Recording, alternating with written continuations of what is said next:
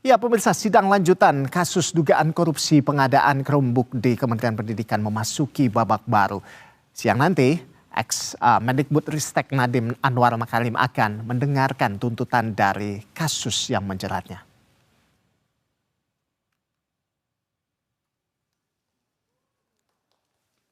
Nadiem Makarim dijadwalkan menjalani sidang pembacaan tuntutan dalam kasus dugaan korupsi pengadaan Chromebook pada hari ini. Sidang kali ini menjadi momen krusial bagi Nadiem setelah melalui serangkaian proses persidangan panjang. Nadiem akan mendengarkan tuntutan yang akan dibacakan oleh jaksa penuntut umum.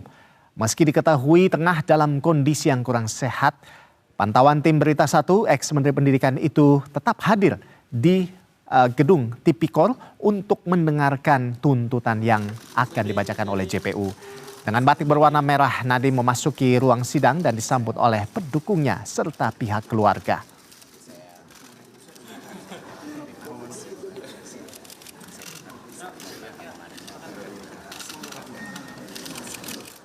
Pemirsa, untuk memantau bagaimana jalannya sidang tuntutan Nadiem Makarim, sudah ada jurnalis Berita 1 Teguh Adi dan juru kamera Farisa Alfandini yang siap untuk melaporkan. Selamat siang Teguh. Teguh, apakah sidang tuntutan Nadiem Makarim sudah berlangsung? Seperti apa pantauan Anda? Ya, selamat siang Rolanda dan juga pemirsa. Sidang yang dilakukan di ruang dalam ini belum berlangsung. Namun kalau misalnya sesuai jadwal yang ada di monitor Tipikor Jakarta Pusat, seharusnya sidang sudah berlangsung sejak pukul 10.00 waktu Indonesia Barat. Namun hingga pukul 11.22 siang ini nampaknya sidang belum dimulai, tapi Nadiem Makarim sudah tiba di ruang persidangan sejak pukul 9.20 waktu Indonesia Barat dan masuk ke ruang sidang tadi sekitar pukul 11 waktu Indonesia Barat. Hingga siang ini memang kami masih menunggu terkait dengan sidang tuntutan yang akan dijatuhkan kepada ex-Mendikbudristek Nadiem Makarim yang akan misalnya di hari sebelumnya rekan-rekannya Nadiem seperti Ibrahim itu sudah dijatuhkan tuntutan sebesar 4 tahun penjara. Namun hari ini Nadiem Makarim tertinggal untuk melakukan atau mendengarkan sidang tuntutan. Dan kalau misalnya memantau Rolando dan juga pemirsa bahwa Nadiem Makarim sudah menjadi tahanan rumah dari kemarin, di mana SK keluar pada Senin 11 Mei 2026, di mana ketika Nadiem menjadi tahanan rumah, Nadiem diberikan alat untuk tracking seperti gelang deteksi untuk melacak terkait tindak tanduk yang dilakukan oleh Nadiem di luar persidangan ini, di mana Nadiem wajib berada di kediaman selama 24 jam dalam seminggu, kemudian dilarang keluar rumah tanpa izin tertulis dari majelis hakim maupun jaksa, dan juga izin khusus ini akan diberikan kepada Nadiem Makarim karena rencananya hari ini Nadiem Makarim akan menjalankan operasi terkait kesehatannya hingga nanti sidangan tuntutan yang akan dilakukan hari ini. Artinya, Rolando dan juga pemirsa, setelah runutan sidang yang dilakukan pada hari ini, atau kita akan sama-sama mendengarkan sidang, setelahnya Nadiem Makarim akan melanjutkan untuk pengecekan atau melakukan tindakan medis, yaitu operasi setelah usai persidangan.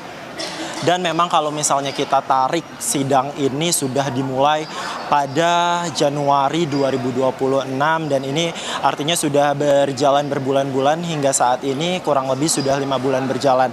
Mulai dari pra-peradilan, kemudian juga hari ini, di mana kalau misalnya yang saya pantau juga, Rolando dan juga pemirsa, masa yang datang hari ini cukup beragam, mulai dari kerabat, kemudian kolega kerja, dan ada beberapa public figure juga yang datang, seperti tadi ada Jajang Senur, ada Happy Salma, dan ada beberapa pendukung Nadiem Makarim seperti dari mitra ojek online yang hadir saat ini, sehingga memang dukungan cukup deras mengalir untuk Nadiem Makarim karena memang hari ini nampaknya di ruang persidangan kompak menggunakan baju berwarna putih, Rolando dan juga pemirsa.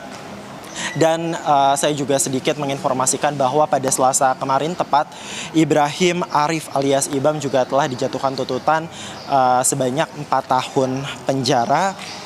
di mana selain Ibam ada juga beberapa rekan Nadiem yang terseret dalam kasus ini seperti Mulyasyah dan Sri Wahyuningsih yang juga telah divonis 4 tahun dan 4,5 tahun. Artinya dalam dakwaan ini Nadiem Makarim saat ini tertinggal 1 tahap baru akan melakukan pembacaan tuntutan. Rolando. Baik, Teguh, ini kasus ini cukup menjadi perhatian publik begitu ya. Ada banyak sekali dukungan juga mengalir untuk Nadiem di sana. Ada sejumlah tokoh juga hadir di sana. Nah, dari pantauan Anda, ini bagaimana suasana pengamanan di sana sejauh ini? Mengingat ini adalah momen penting bagi Nadiem di mana dia akan mendengarkan tuntutan dari JPU hari ini. Seperti apa, Teguh? Silakan. Ya, terkait pengamanan, kalau misalnya saya mengikuti proses sidang Nadiem Makarim sebelum-sebelumnya, mulai dari selain sidang tuntutan, ini ada beberapa runutan sidang lainnya, itu memang keamanan negeri ini nampaknya tidak jauh berbeda, walaupun hari ini masa yang datang cukup banyak dari biasanya, karena memang kalau misalnya saya bandingkan sidang Makarim dengan sidang-sidang yang lain pun, ini nampaknya dukungan cukup deras meskipun bukan hanya di hari ini saja di sidang tuntutan, tapi di hari-hari sidang lainnya seperti keluarga, kemudian juga kolega, ada mitra dari